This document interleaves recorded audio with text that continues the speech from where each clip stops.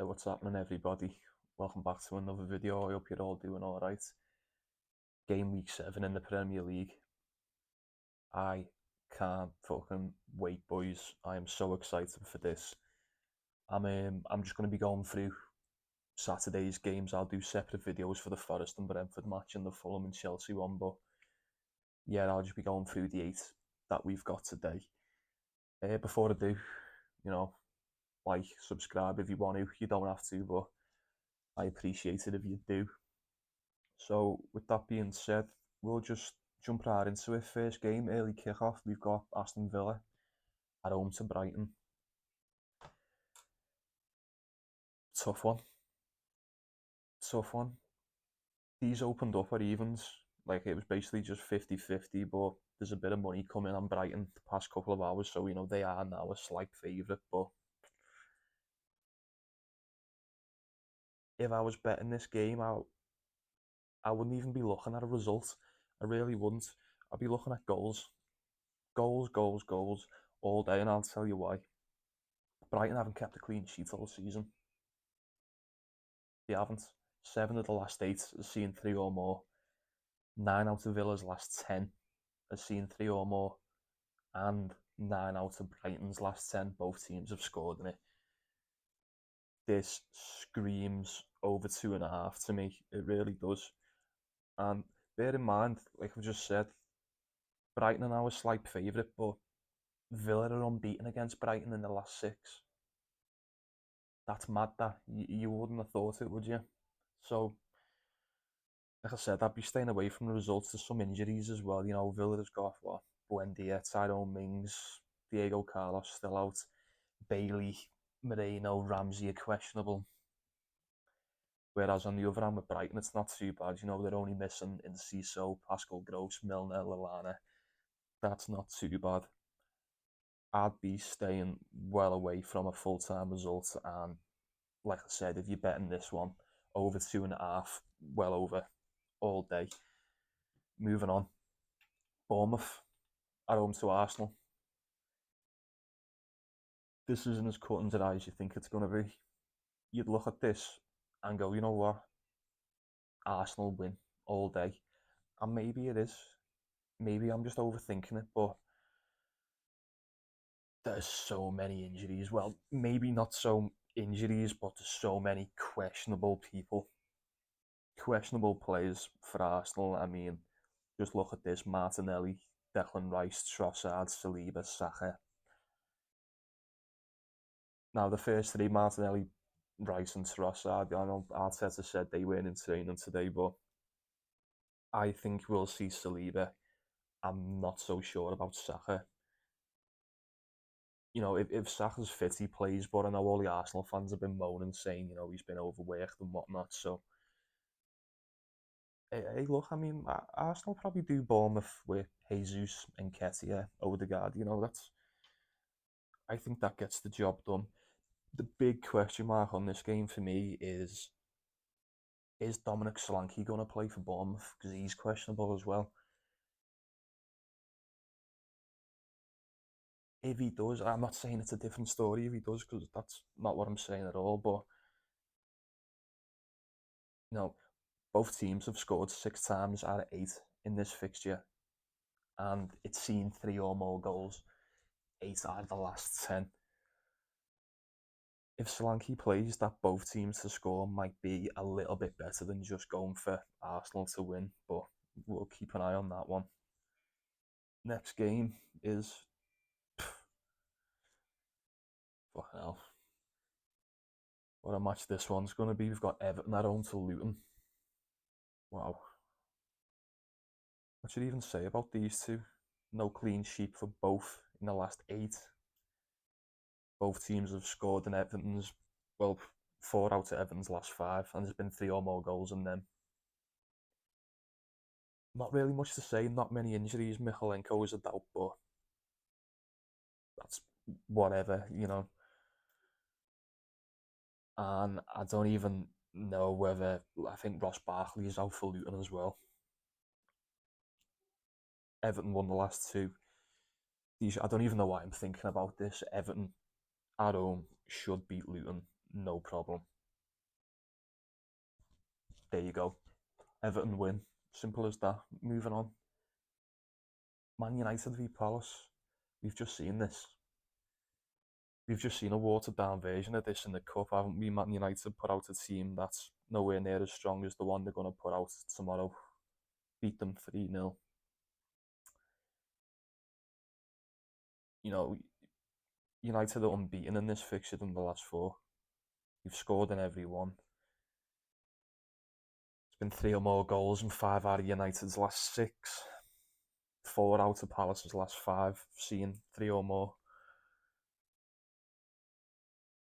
I think this has got a United win written all over it.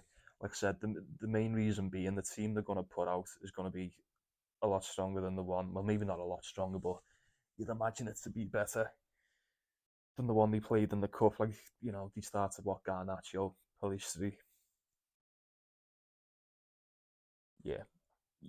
Look, United have got some injuries too. No Sancho, Shaw, Wan-Bissaka, Martinez, Reguilon, they're all out. Whereas Crystal Palace are only really missing what Michael Elise, Odsonne Edouard. Not too bad for them, but even still, United should edge this one. Yeah, give me United. Right.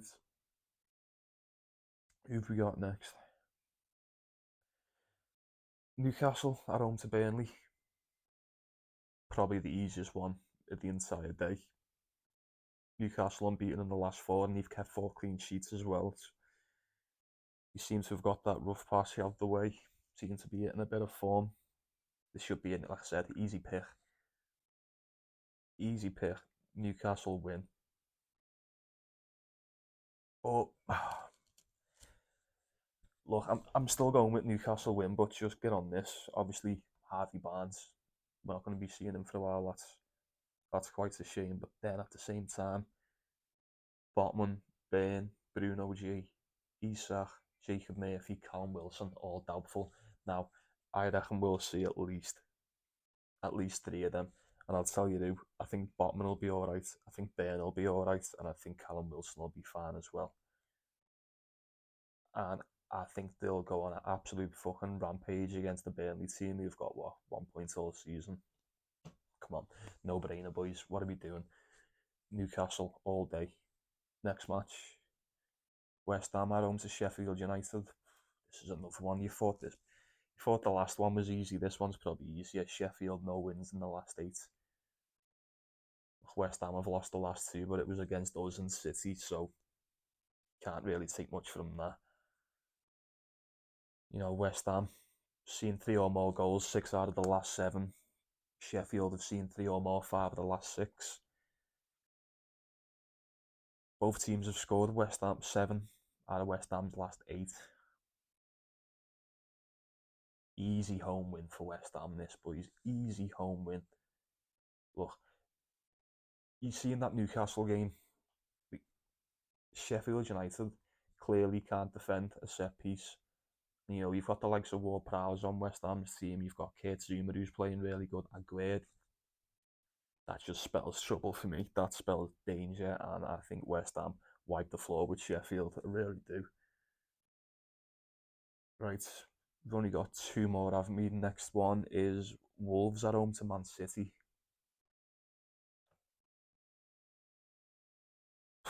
City win, innit? City are probably just going to beat them, aren't they? They haven't been beat all season either. Wolves, no wins in the last 4, no clean sheets. City have beat Wolves the last 6 times they've played. There's been 3 or more goals, 6 out of the last 7 times. City is still missing De Bruyne, no Stones, no Bernardo Silva. Rodri's suspended, that's a big one, but do you need Rodri to beat Wolves with Haaland, Alvarez, Doku, Foden, fucking everyone? I don't think they struggle. I really don't think they struggle. I think City just win this one, nice and easy. And then last one, the big one. This is the big one, innit? This is a massive game. Spurs at home to Liverpool. I think we destroy them. I really do. we've won 7 in a row, they've won 3 in a row. No, neither of us can defend for shit, but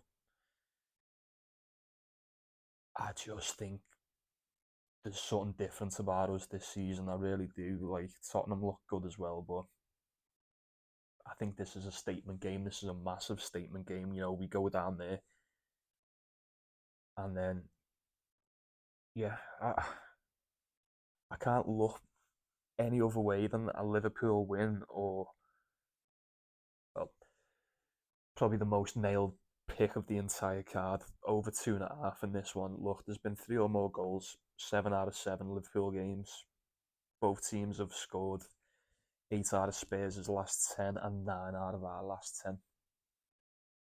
Tottenham always score against us as well, especially with it being down there. I guarantee right now, Son will slot one past us in about 10-15 minutes of the first half.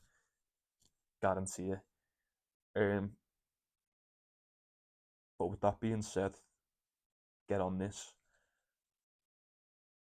Spurs haven't beat us in like what the last 12 games. Liverpool unbeaten versus Spurs in the last 12. Both teams have scored 6 out of 6. And the last time Tottenham beat Liverpool was in November 2012. I'll say that again. The last time Spurs beat Liverpool was November 2012. And on that note, boys, that's it. Over 2.5. Take it. Run with it. Don't be stupid. That's all in a minute. Yeah, that's all. Right, so I've actually got two accumulators. One's 5-1 or +500, and the other one's slightly a bit more. It's 7.5-1 or +750, depending on how brave you feel. So I'll start with the smaller one. We've got Arsenal to win, Everton to win, Man City to win, Newcastle to win, and 3 or more goals in Spurs and Liverpool. So that was 5-1. And the other one was Arsenal to win, Man U to win, Newcastle to win, West Ham to win, City to win, and over 2.5 in Spurs and Liverpool. Like I said, really, really love the over 2.5 in that game. I think that's a guarantee. Absolute nailed on pick.